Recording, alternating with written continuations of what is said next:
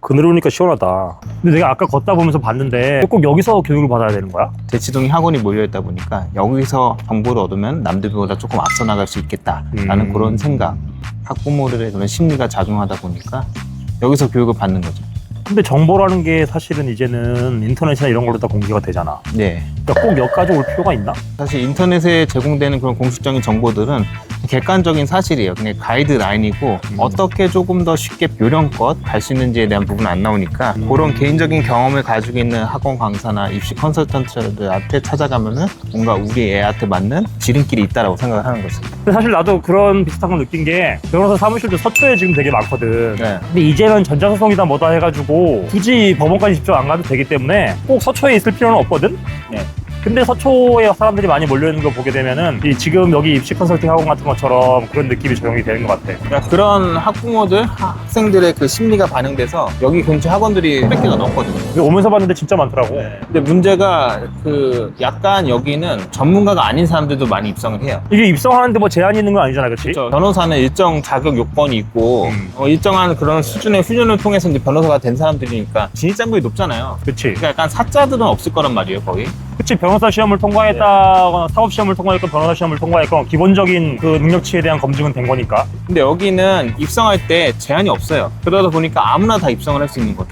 그럼 결국 시장의 평가만 있는 거네, 여기는? 네. 근데 그 평가가 사실은 확인할 수 있는 방법이 없어요. 왜냐면은 대학에서 제공하지 않는 것들을 이제 알려주려고 하다 보니까 아무마의 대잔치식으로 이렇게 던지는 경우가 있는데 운 좋아서 그냥 얻어 걸려서 맞추는 경우도 있거든요. 그럼 이제 유명해지는 경우도 있죠. 조금 좀 불합리하다고 볼 수도 있겠네. 그리고 초짜가 와서 여기서 그런 식으로 우연찮게 명성을 얻어서 나름 공부하다 보니까 정말로 입시 전문가가 되는 경우도 있고 여기 와서 경험치가 쌓여서 완성되는 경우도 있어요. 결국은 자기가 영업하는 사업이라는 거겠지? 네, 그렇죠. 근데 그 과정에서 이제 학생들이 피해보는 일은 없어야 될 텐데. 뭐 여기 휘문고나 뭐 저희 경기고나 숙명여고나 요런 데 강남 8학군 학교인데 여기 학생들이 이제 여기 쪽에 있는 학원을 다닌단 말이에요. 근데 장점은 본인에게 맞는 학원을 골라서 선별해서 들을 수 있다. 근데 그 학원이 정말 본인에게 맞는지는 잘 모르죠. 그 경험을 하기에는 시간이 아까우니까. 마치 주변에서도 다 비슷한 학원을 들을 테니까 실제로 효과가 있는지 없는지를 떠나서 또 그런 것 때문에 이루어지는 걸 수 있겠네. 그렇죠.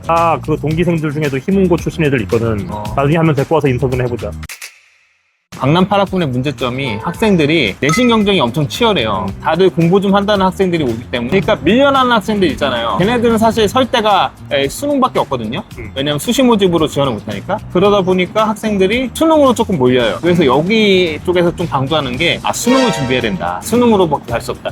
이런 걸 조금 조장하는 경우가 좀 많긴 해요. 그럼 학원이 수능 대비용이 있고 내신 대비용이 따로 있는 거야? 여기 내신 대비용도 있긴 한데 여기는 수능 중심이 좀 강해요. 여기 있는 학부모들이 의대 선호 현상이 다른 지역보다 훨씬 높거든요. 근데 여기서 의대를 가기 위해서는 수능으로 준비하는 게 사실은 방법이니까 수능 중심으로 학원이 좀 발달돼 있는 건 사실이에요. 그럼 지금은 의대 같은 경우에는 수능을 더 많이 뽑는 건가? 수능 비중이 한 40% 정도 되니까 단일 전형 비중으로 놓고 보면은 수능으로 뽑는 인원이 제일 많다고 볼 수 있죠. 그 나머지 60%는 어떻게 뽑는 거야? 나머지 60%는 뭐 학생부 교과 전형, 내신 성적으로 뽑거나 뭐 종합 전형, 학생부를 전체적으로 보고 입학사정관이 평가해서 뽑는 그런 것들이 있는데 어차피 다 근데 수능 최저가 있어요. 그러니까 수시 모집에서 합격해도 나중에 수능에서 예를 들면 뭐 4개 등급 합 뭐 5등급은 맞춰야 된다. 최저를 설정해 놓거든요. 거기 로스쿨 가면 다 공부 잘하는 학생들만 왔을 거 아니에요. 그치. 근데 그 안에서 이제 경쟁하기가 힘들단 말이에요. 맞아. 근데 여기 학생들도 처음에는 정말 내가 여기서 잘해야 되겠지 생각하고 이제 입성을 하는데 다들 공부를 잘하다 보니까 계속 밀리거나 혹은 성적이 낮으면 그대로 낙오되는 학생도 있거든요. 그렇게 경쟁하면서 어려웠던 점이 없었어요? 그러니까 나는 로스쿨 갈 때 조금 남들보다 늦게 가기도 했고 나는 법대생이어가지고 애초에 법 공부를 좀 했었기 때문에 그런 면에 있어서는 여유가 있었지. 그러니까 알다시피 법학이라는 게 처음 보게 되면 되게 생소하고 어려운데 그거를 조금 미리 했다는 건 분명히 큰 메리트가 있는 거거든. 그래서 나는 한결 더 마음이 편한 것도 있었고 또 나는 좀 나이를 먹고 왔기 때문에 그렇게 어떤 치열한 경쟁에 대한 욕구나 욕심이 많지 않았어. 그래서 로스쿨 생활은 나한테 보게 되면은 조금 그래도 괜찮았는데 그 주변의 동기들을 보게 되면은 되게 힘들어하는 경우들이 많아가지고 그거를 얘기를 해보려고 하게 되면 그 아까 너가 얘기했다시피 그 여기를 들어오는 학생들이나 로스쿨을 들어가는 학생들이나 원래 다 공부를 잘했단 말이야. 중고등학교 때 공부 잘했고 대학교에서도 공부 잘했고 그래서 로스쿨을 들어와서 한 번도 받아본 적 없는 학점을 받게 되니까 예를 들어서 자기는 한 번도 뭐 B를 받아본 적이 없는데 여기 와서 B를 받았다. 혹은 뭐 C를 받아본 적이 없는데 C를 받았다. 그렇게 되니까 되게 힘들어하는 친구들을 많이 봤었거든.